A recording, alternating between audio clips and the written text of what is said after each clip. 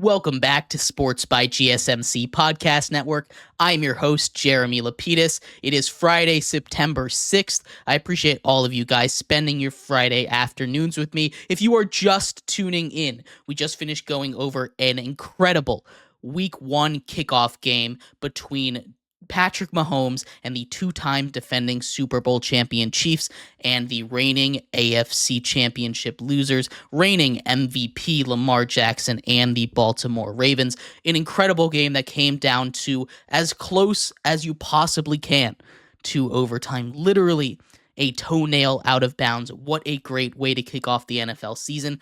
We're going to continue on this NFL train in this segment, predicting the next 14 games of the slate, all of them in Week 1 other than the Monday Night Football, which we will reserve for our show on Monday. So in this segment, we're going to talk about the Green Bay Packers taking on the Eagles tonight, as well as all 13 games on Sunday.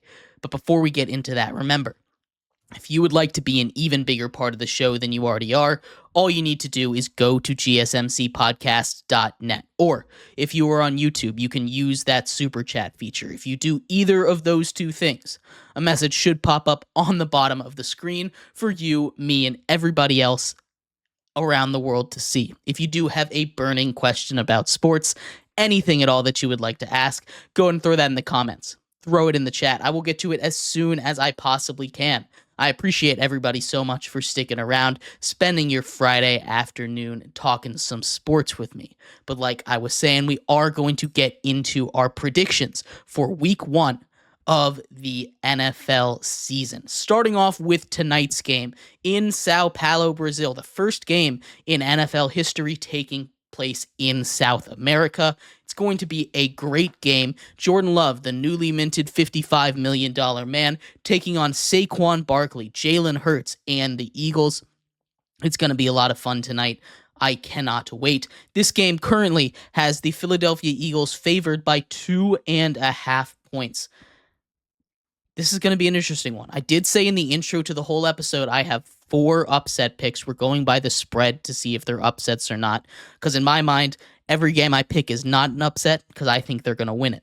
But the Green Bay Packers just made it to the second round of the playoffs. The Philadelphia Eagles are coming off of a collapse at the end of their season. They went 10-1 to start last season, finished off 1-6, including a loss in the playoffs. And cracks were forming between their quarterback, their head coach. They fired their defensive coordinator, which was the right move. Vic Fangio should come in and shore up that defense a lot more, than Matt Patricia was doing. That being said, I still think there is some sort of divide in that Eagles locker room. And winning cures all, but it's going to take a bit to heal because reports that I've heard, and I'm not sure how true they are, so take this with a grain of salt. Nick Sirianni, the head coach, and quarterback Jalen Hurts cannot be in a room alone together. And that is not a good thing. You need to be able, your quarterback and your head coach need to be able to work together, regardless of how involved in the offense the head coach is. That's just something that needs to be able to, that's just the relationship that needs to work. And right now, that's not happening. So all of that being said, I am taking Green Bay tonight, 31-28. Hello, Anthony. Welcome into the show. Moving on to Sunday. The first game on the slate for Sunday, hitting the 1 o'clock games, we have Minnesota heading to New York to take on the New York Giants. The Giants and the Vikings are in kind of similar situations, at least quarterback-wise. You know, you talk about a team that's not expecting this year to be this quarterback this year to be the guy. Next year, they expect to have that guy. Daniel Jones is technically on a contract year for the Giants. Last time on his contract year was also the last time they played the Vikings. They beat them in the first round of the playoffs. Sam Darnold comes into New York this time, still toting a lot of great weapons. This game is going to be interesting. I think what this game is going to come down to is that interior offensive line for the Vikings going to be able to hold up against the pass rush of Dexter Lawrence? Is that offensive line going to be able to hold up against this really, really good defensive line. Now, the corners for the Giants aren't the greatest. They do re-sign Adoree Jackson later in the offseason, but they have a healthy Jordan Addison that came out today. The Vikings, of course, have Justin Jefferson. They should cook. The question is, will Sam Darnold be the guy? I personally don't know if they will. I think this is going to be a very low-scoring game. I think it's going to be more incompetence on the offense's part than the defense for why it's a low-scoring game. I'm taking the Giants in my second upset of the week to win 17-20. Right now, Minnesota is favored by 1.5 points, although I could see this one very easily going in Minnesota's favor. Anthony asks, he says, in a previous show in the NBA, but he couldn't answer this. If the NFL were to realign and add more teams, would you think Miami would get put in the AFC South and Indy in the AFC East? That's an interesting question. When you talk about division realignments, I think you can do geography as much as you want, but a lot of these are held together by, rivalries. And I think the fact you're asking about Miami and Indy, I think Indy in the AFC East might have some strong ties to the Patriots. As far as putting Miami in the AFC South, maybe it depends where these teams get at it.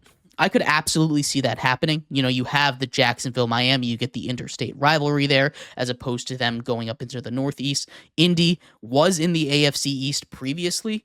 They had, connections with the Patriots there. And I think absolutely it could work.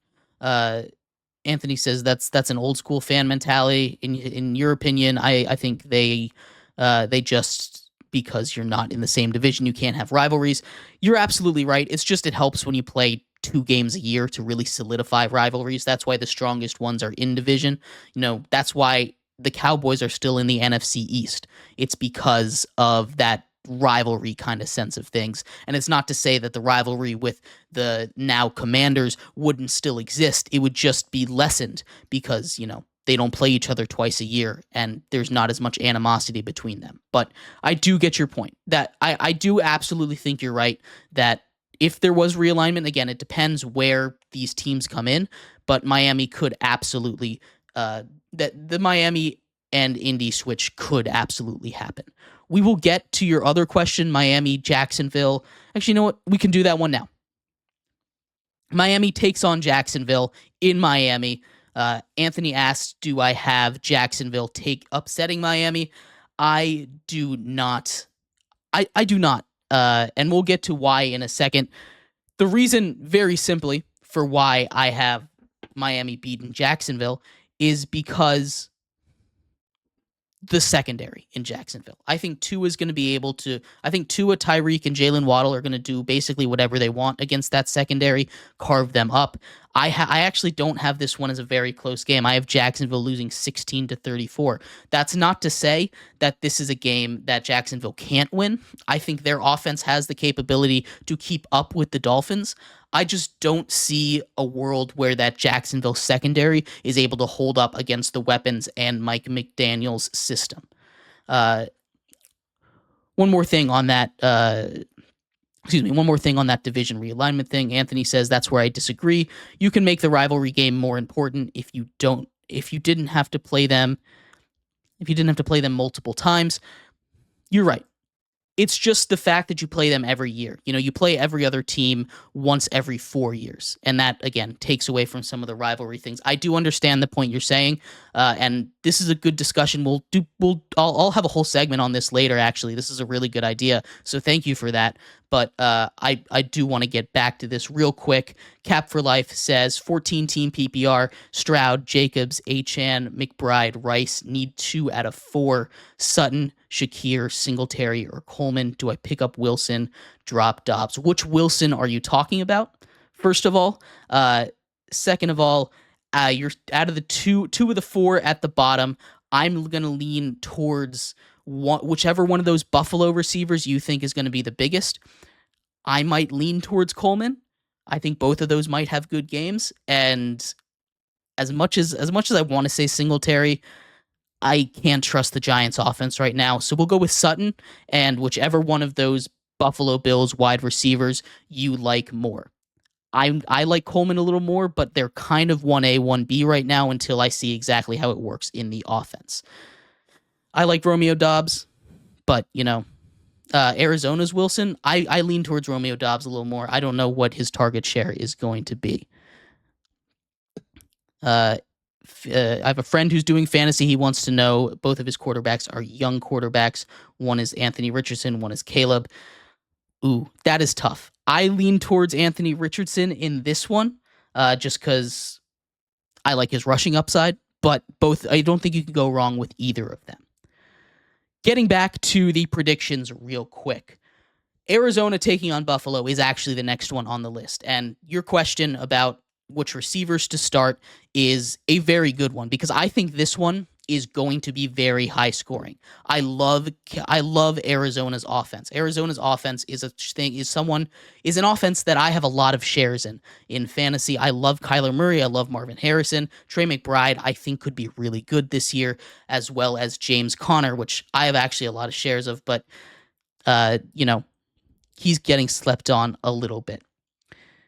As far as Buffalo goes, their defense is also a little concerning to me. They lost basically their entire secondary. Matt Milano, the heart of the defense, tears his bicep, is out for most, if not all, of the season. That is a huge loss. I still think Buffalo, who's favored by 6.5 points, is going to be able to pull this one out, but I think it's going to be very close, and I think there's a definite chance for Arizona to win this one. I have Buffalo winning 38-35 in a close one. New England at Cincinnati. Cincinnati is an 8.5 point favorite in this one. In this one, Cincinnati just is the better team. Straight up, the questions with the wide receivers right now makes it a little bit of a closer decision. T. Higgins is doubtful. That one hurts. Jamar Chase is questionable. We don't know if he's going to play because of a contract. He said he might still play, which, makes me a little more optimistic about him playing. If he plays, they win pretty easily. If not, I still think they win, but it's not going to be as much. Right now, I'm going off the assumption Jamar Chase is playing. I have them winning over New England 24-10. Anthony says, I think it's possible Jacksonville upsets Miami because they have so much tape from last year. That's a very good point, but so does Miami on Jacksonville, and that offense hasn't changed. You also say McDaniel relies so much on the middle of the field because he doesn't trust Tua to throw outside the numbers, and you're right about that. The only thing is Tyreek and Jalen Waddle are good enough receivers that's just simply not going to matter. You can't chase them across the field on crossing routes. Tua's accuracy makes it easy for him to pick apart zone defenses. It's just kind of a nightmare to go against. And I get what you're saying. Like I said, I think there's a way for them to win. I just don't trust that secondary enough. And I'm willing to eat my words. You come back on Monday. If Jacksonville wins, you can brag to me all you want, Anthony. But I just don't feel very confident in this Jacksonville defense as it stands right now. Up next, we have the rookie debut of the first overall pick, Bears Caleb Williams at home, taking on the Tennessee Titans. The Bears favored by 3.5 points. This is going to be a fun game. Will Levis and that revamped Titans offense, revamped Titans defense. I love what the Titans did this offseason, but I do think the Bears will take care of business. I think that Caleb Williams at home in front of the Bears fans, that stadium's going to be sold out. It's going to be loud. It's just not going to be in the environment for the Titans to really have their breakout. They're missing DeAndre Hopkins this week. That's going to hurt a lot. We've seen last year in Jacksonville, Calvin Ridley is not the guy that you can really put as that X receiver on the outside. He just doesn't have that same kind of separation as he does when he is in the slot, which is why I think he wasn't very good in Jacksonville. But that being said, the Bears win 24-20. Up next, not as exciting of a game, but still one I think could be close. Carolina taking on the New Orleans Saints. In New Orleans, the Saints are favored by 4 points. Again, in New Orleans, I think Bryce Young is going to have a good year. Not a year that makes the Panthers really blow up, but a year that makes the world see that Bryce Young is not a bust. That being said, this Saints defense is getting slept on a little bit. I like their offense just fine. It's not going to be a great offense. It's not going to be a bad offense. It's going to sit somewhere right in the middle. The Saints win 24-17. Then we have Pittsburgh taking on the Atlanta Falcons. The Steelers are in an interesting situation. They extend Pat Freiermuth, their tight end, a 4-year contract worth $48 million earlier today. And after naming Russell Wilson the starter, he is hurt, did not practice today, and is questionable to start against Atlanta. If I'm being completely honest, I don't think it matters. That defense is not good enough, and I think Atlanta has a lot of momentum coming in from this offseason, especially at home. That place will be loud. I'm giving this one to Atlanta. I'm assuming Justin Fields is starting too. And I personally like Justin Fields a little bit more than Russell Wilson, but neither one of them has separated a lot from each other in training camp, in the preseason, so I don't think it'll matter too much. Atlanta wins 31-14. Anthony says back to Carolina and New Orleans. He has New Orleans winning by 10 because he doesn't trust the Carolina defense. You're absolutely right. I think we're pretty much along the same lines there. I think I think that defense just isn't going to do it, and I like the Saints defense a little bit. I'm just taking that little bit of an upside as a 7-point game instead of 10 based on my belief in Bryce Young. Getting down to the back half of this schedule, Houston taking in Indy, and this is the third of these upsets that I've picked. Right now, Houston is favored by 3 points. They're coming into Indianapolis. Everyone in the world is high on them. They're coming off of an insane run. CJ Stroud coming off of one of the best rookie quarterback seasons in the history of the NFL.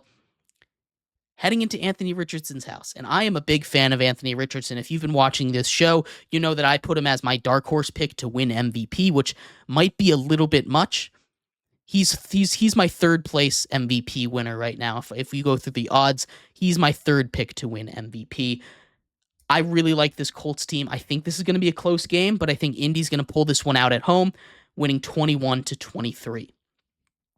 Then less of an exciting game, but also I think a close game. The Chargers taking on the Las Vegas Raiders in LA. Chargers currently favored by 3. That's that home field advantage, that 2.5-point advantage. Otherwise, it probably would be a pick'em.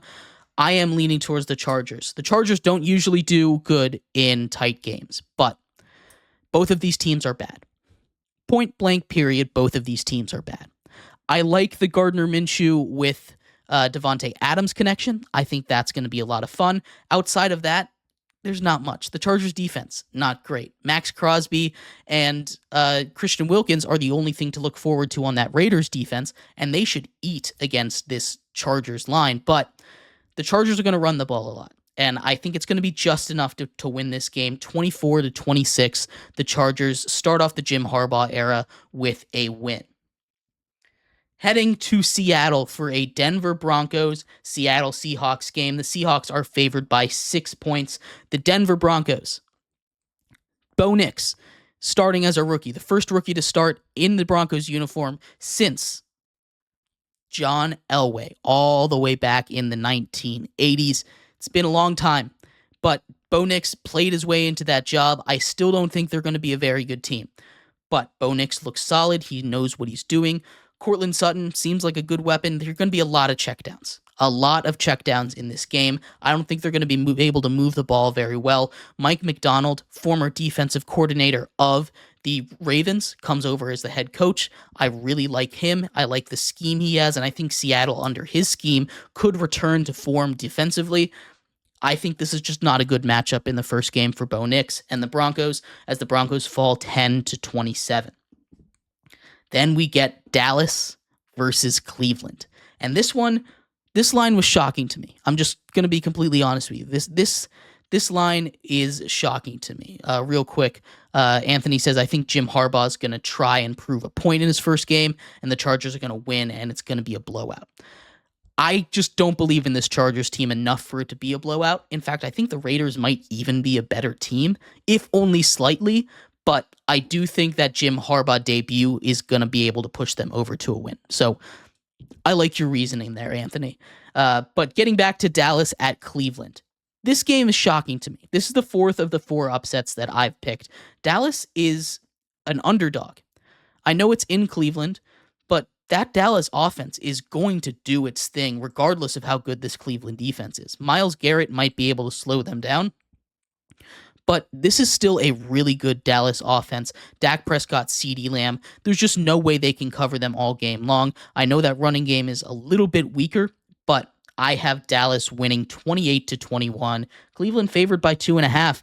I just simply don't get that one. Again, I don't really see a way that Cleveland wins this game. I don't trust their offense. I don't trust Deshaun Watson until he proves to me that he can play football again.